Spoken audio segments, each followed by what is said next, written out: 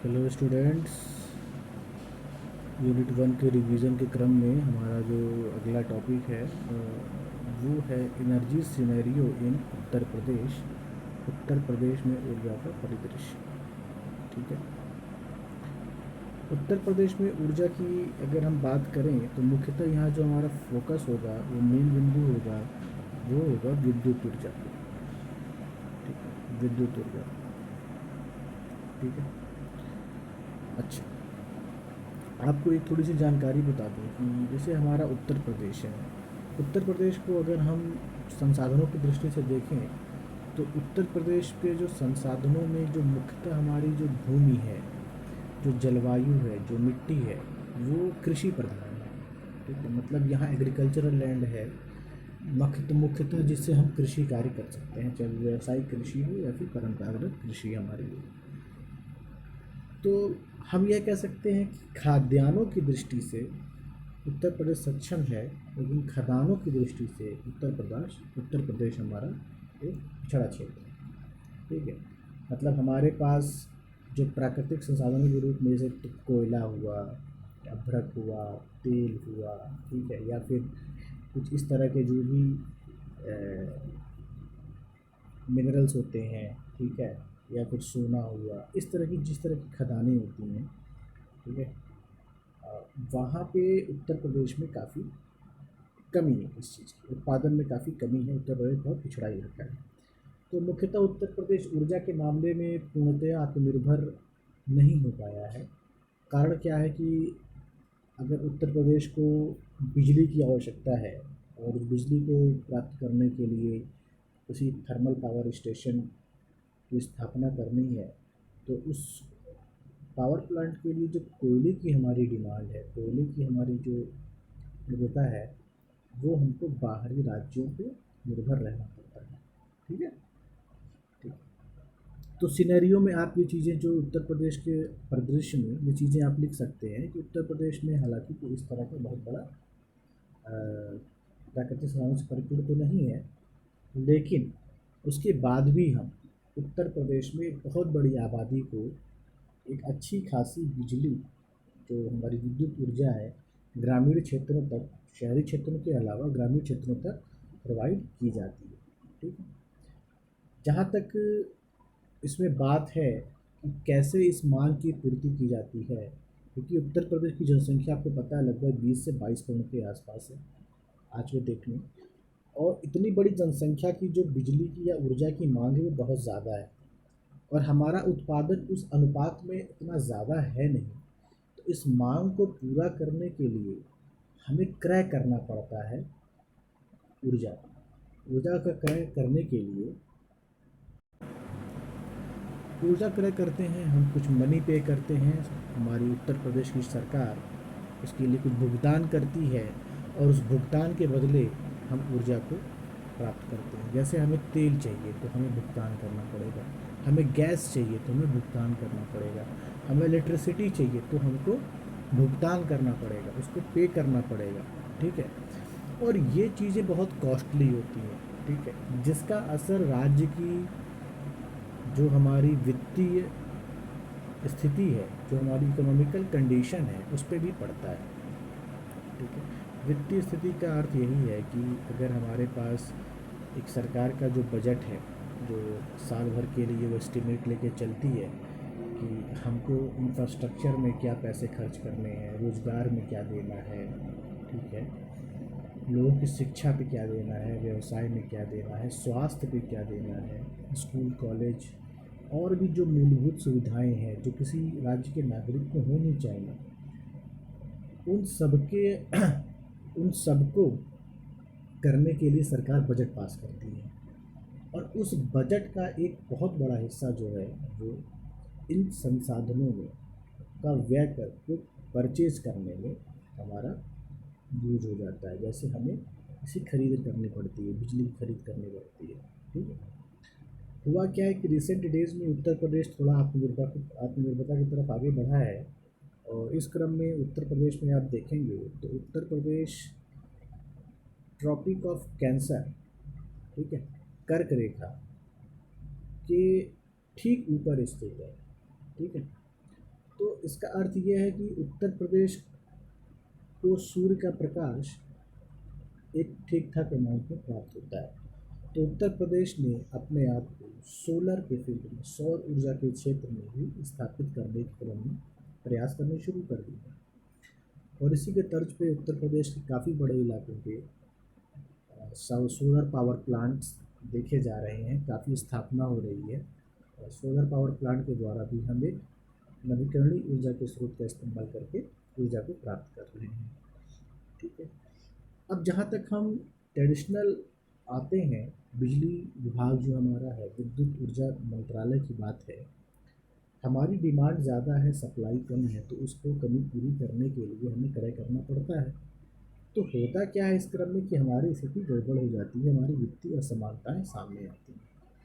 और क्रय विक्रय के क्रम में जो कुछ भी प्रशासनिक तंत्र द्वारा या जो भी हमारा नियामक बोर्ड द्वारा जो भी अनियमितताएं होती हैं, उसको मैनेज करना बहुत मुश्किल होता है।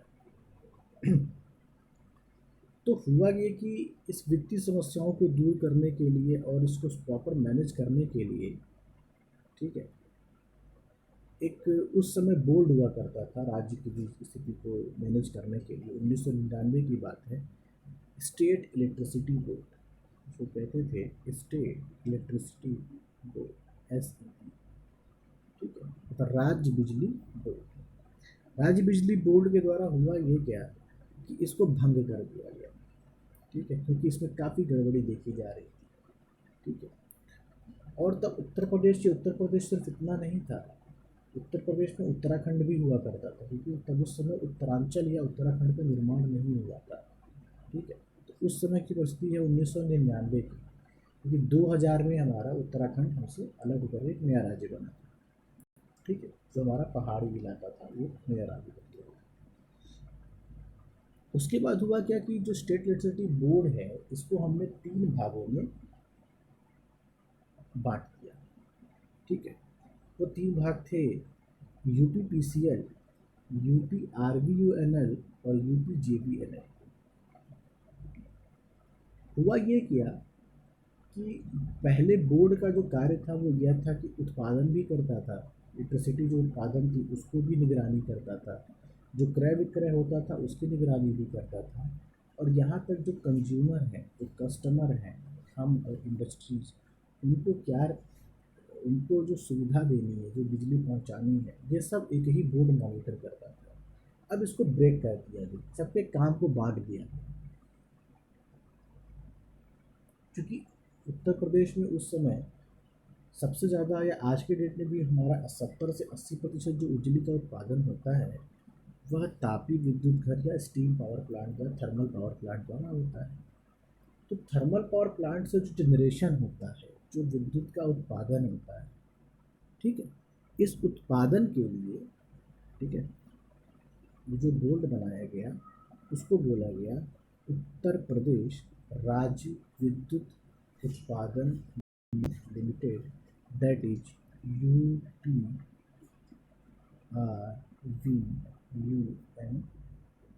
उत्तर प्रदेश राज्य विद्युत उत्पादन निगम लिमिटेड।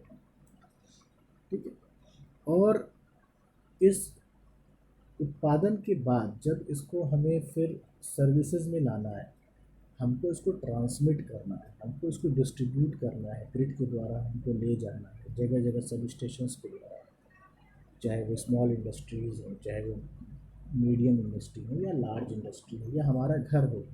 तो यह काम अलग कर दिया गया बोर्ड को, और वो उसको बनाया गया Uttar Pradesh power corporation limited, उसको हम UPPCL के नाम से जानते हैं।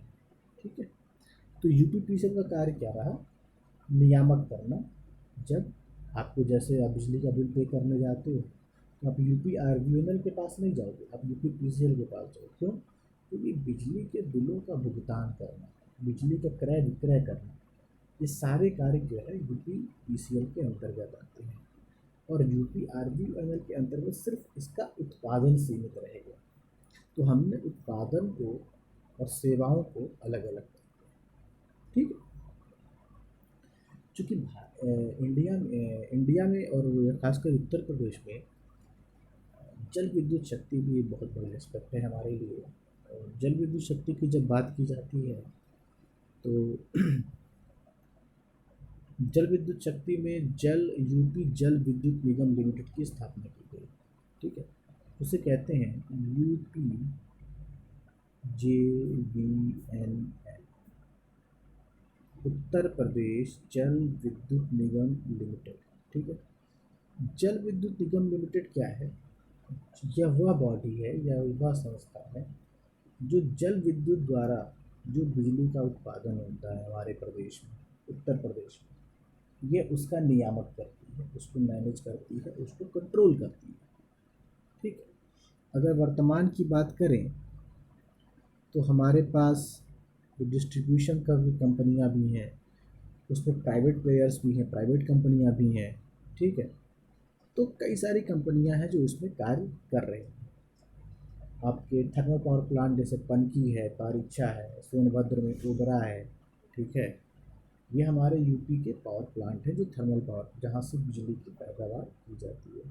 ठीक है, तो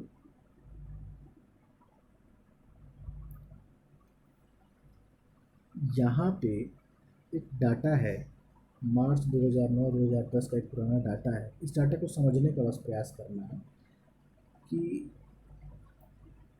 हाइड्रो थर्मल नवीकरणीय 3 प्रकार के हमारे ऊर्जा के स्रोत हैं।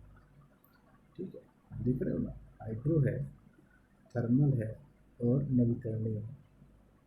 ठीक है, हाइड्रो थर्मल नवीकरणीय।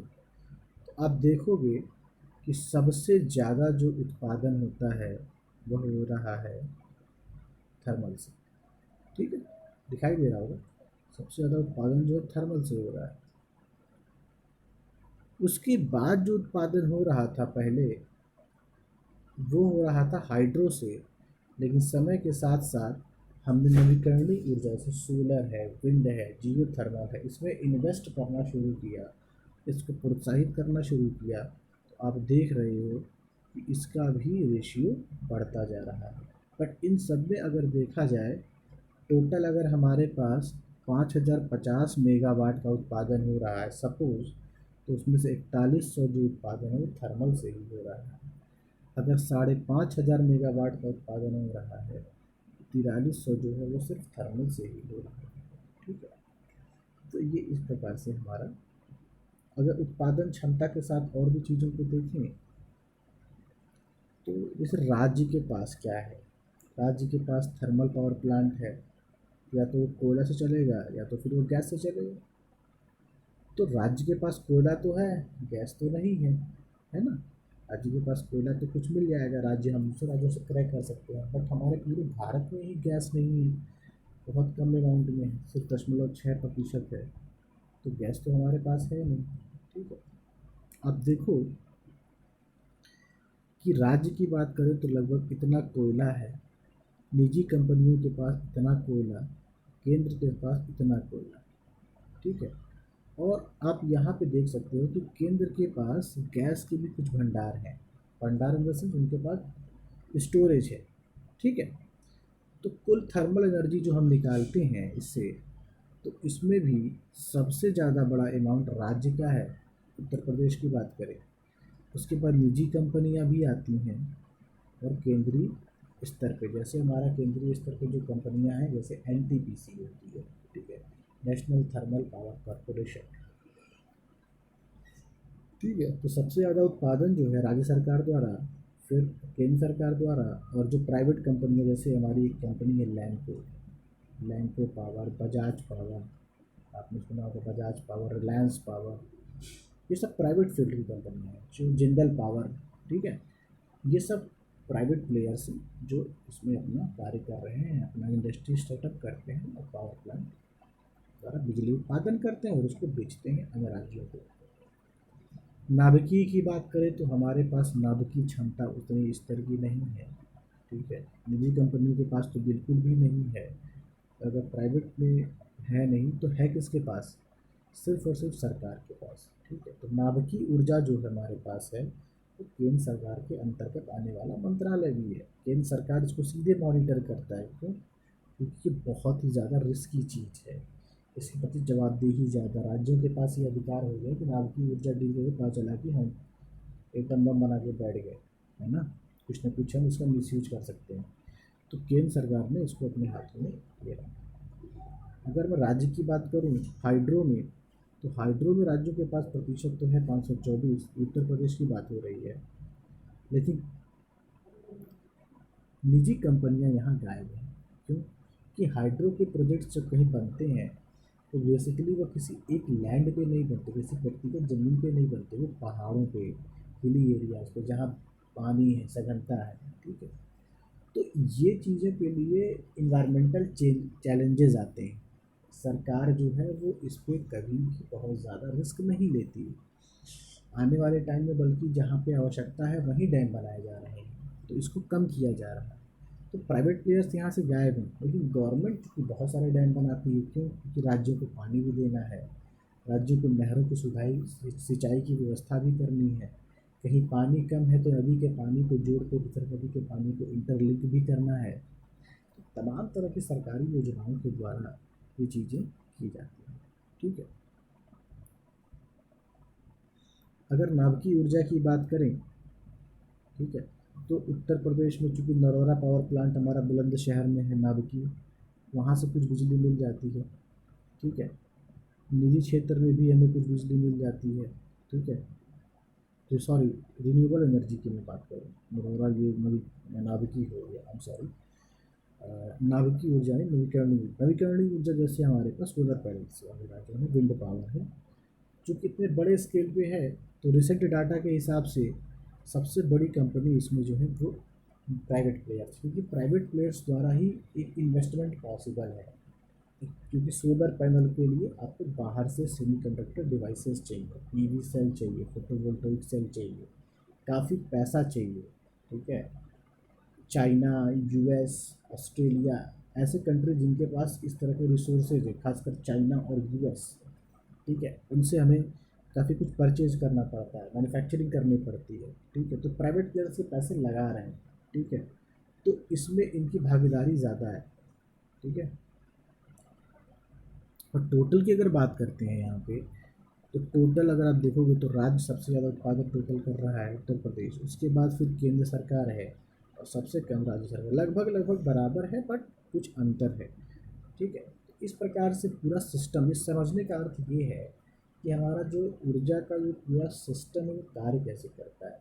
मतलब उसमें सरकारी कंपनियां होती हैं जो राज्य सरकार के अंतर्गत अंतर्गत आती हैं, एक सेंट्रल गवर्नमेंट की कंपनियां होती हैं जो केंद्र सरकार के अंतर्गत आती हैं, और कुछ कंपनियां जो होती हैं निजी कंपनियां होती हैं, प्राइवेट कंपनियां होती हैं। तो ये चीज़ हम यहाँ से देख सकते हैं। ऐसे खपत के बारे में देखते हैं, ठीक है, कि ट्रांसमिशन लाइन में सबसे ज़्यादा हमारे लॉसेज हो रहे हैं, ठीक है, लॉसेज ज़्यादा होते हैं।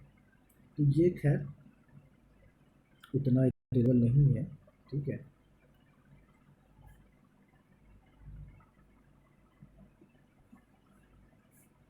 एक चीज़ आप जान लो कि जो भी हम ऊर्जा उत्पादन करते हैं उसका बहुत बड़ा हिस्सा जो है परिवहन के क्षेत्र में व्यय होता है, ठीक है।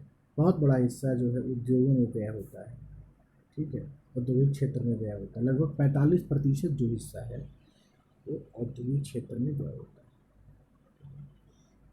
लगभग 16% हिस्सा जो है परिवहन के क्षेत्र में व्यय होता है, ठीक है। ये क्रम आप यहाँ से देख सकते हो, ये जो टेबल बना है, कृषि, उद्योग, कृषि लगभग 16 है, उद्योग लगभग 102 है, ठीक है, दिखाई दे रहा है। सबसे ज़्यादा क्या है? उद्योग है ना। उसके बाद क्या है? ट्रांसपोर्टेशन, देखो, क्योंकि सीएनजी यूज करते हैं, एलएनजी यूज करते हैं, और भी चीज़ें यूज करते हैं, सोलर यूज करते हैं, इलेक्ट्रिसिटी का यूज किया जाता है। आवासीय जो घर है उसमें कमी है, ठीक है, इतने ज़्यादा घर हैं, इंडिया पॉपुलेशन। उसके बाद कृषि इतना ज़्यादा हम करते हैं, इसका प्रतिशत देखो जितना है ज़्यादा है, ठीक है। उसके बाद क्या आ जाता है? अन्य ऊर्जा के सोर्सेज में हर जगह इस्तेमाल होते हैं। व्यावसायिक में कितना कम है? देखो 3.5 है, कैसे डेवलप करेंगे? व्यावसायिक क्षेत्र में खपत है ऊर्जा की केवल 3.51%, है ना। तो ये जो है ये बहुत चिंता की बात है क्योंकि हमारे व्यवसाय इंडस्ट्री जो है वो डेवलप नहीं हो पाएगी। ठीक है। तो बाकी जो हमारा एक वाणिज्यिक क्षेत्र है जहाँ पे सेवाएं दी जाती हैं, जैसे आवासीय सेवा, ठीक है, बैंकिंग सेवा, ट्रांसपोर्टेशन सेवा, agriculture, shopping mall, hotel complex, IT park, ये सब जो होते हैं ना, इन सब के लिए ऊर्जा की आवश्यकता पड़ती है। जब आपकी विकास अच्छी होती है, आपके पास पैसा होता है, और आपके पास पैसे के पास आपके पास ऊर्जा के पर्याप्त स्रोत है। देखो किसी भी इंडस्ट्री को पनपने के लिए ना तीन चार चीज़ें देखो क्या होता है।